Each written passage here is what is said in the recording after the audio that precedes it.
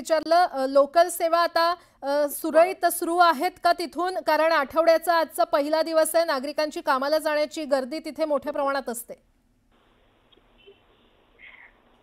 कामाला जाण्याची गर्दी असते लोकांची आणि याच गर्दीचा लोक जे आहे ते फायदा घेतात आणि गर्दीमध्ये लोक एकमेकांना सहकार्य करणं अपेक्षित असतं, पण सहकार्य जे होत नाही. अजित माफ करा, थोडंसं थांबवते. आपल्या सोबत मध्य रेल्वेचे पीआरओ सध्या जोडले गेलेले आहेत. स्वप्नील लीला आपल्या सोबत जोडले गेलेले आहेत. स्वप्नीलजी, मुंब्र्याहून सीएसएमटी कडे जाणाऱ्या फास्ट लोकल मधून काही प्रवासी ट्रॅकवर पडले असल्याचं कळतंय. काय प्राथमिक माहिती तुमच्यापर्यंत पोहोचली आणि आता काय उपाययोजना करण्यात येत आहेत?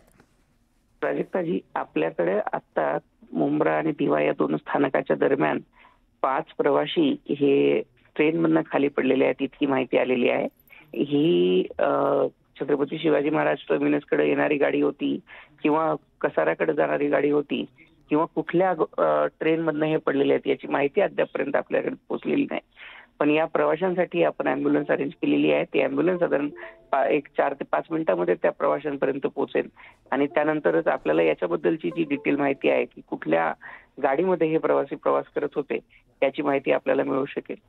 स्वप्नीलजी, ही एक्सप्रेस होती, लोकल होती, नेमकी ही घटना कुठे घडली, कोणत्या ट्रेन मध्ये घडली?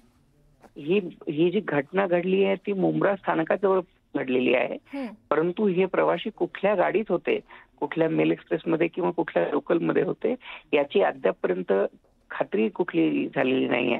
एकदा शहानिशा झाल्यानंतर किंवा त्या प्रवाशांपर्यंत ती अँब्युलन्स पोहोचल्यानंतर याची माहिती आपल्याला मिळू शकणार आहे. स्वप्नीलजी, हे जे प्रवासी ट्रॅकवर पडलेत त्यांना वाचवण्यात यश आलेलं आहे का किंवा त्यांना रुग्णालयात नेण्यात आलंय का? साधारण तिथे आता सध्या कोण कोण पोहोचलंय? मी आपल्याला सांगितल्यानुसार या प्रवाशांसाठी आपण अँब्युलन्स तिथं मागवलेली आहे. साधारण 5 मिनिटांमध्ये तिथे अँब्युलन्स पोहोचेल अशी माहिती आतापर्यंत आपल्याकडे मिळालेली आहे. स्वप्नीलजी, शेवटचा प्रश्न. खरं तर आठवड्याचा आजचा पहिला दिवस आहे आणि सकाळची वेळ आहे, नागरिकांची कामाला जाण्याची गर्दी असते, त्यामुळे लोकल सेवा आता सुरळीत तिथे सुरू आहे की नाही? लोकल सेवा अद्यापपर्यंत लोकल सेवा किंवा दुसऱ्या कुठल्याही सेवेवरती त्याच्यामुळे कुठला परिणाम झालेला नाही. हे जे प्रवासी आहेत ते 2 ट्रॅकच्या बाजूला आहेत अशी आपल्यापर्यंत आतापर्यंत माहिती मिळालेली आहे. कसाऱ्याला जाणाऱ्या लोकलच्या गाडीने ही माहिती आपल्याला दिलेली आहे. ठीक आहे स्वप्नीलजी, धन्यवाद.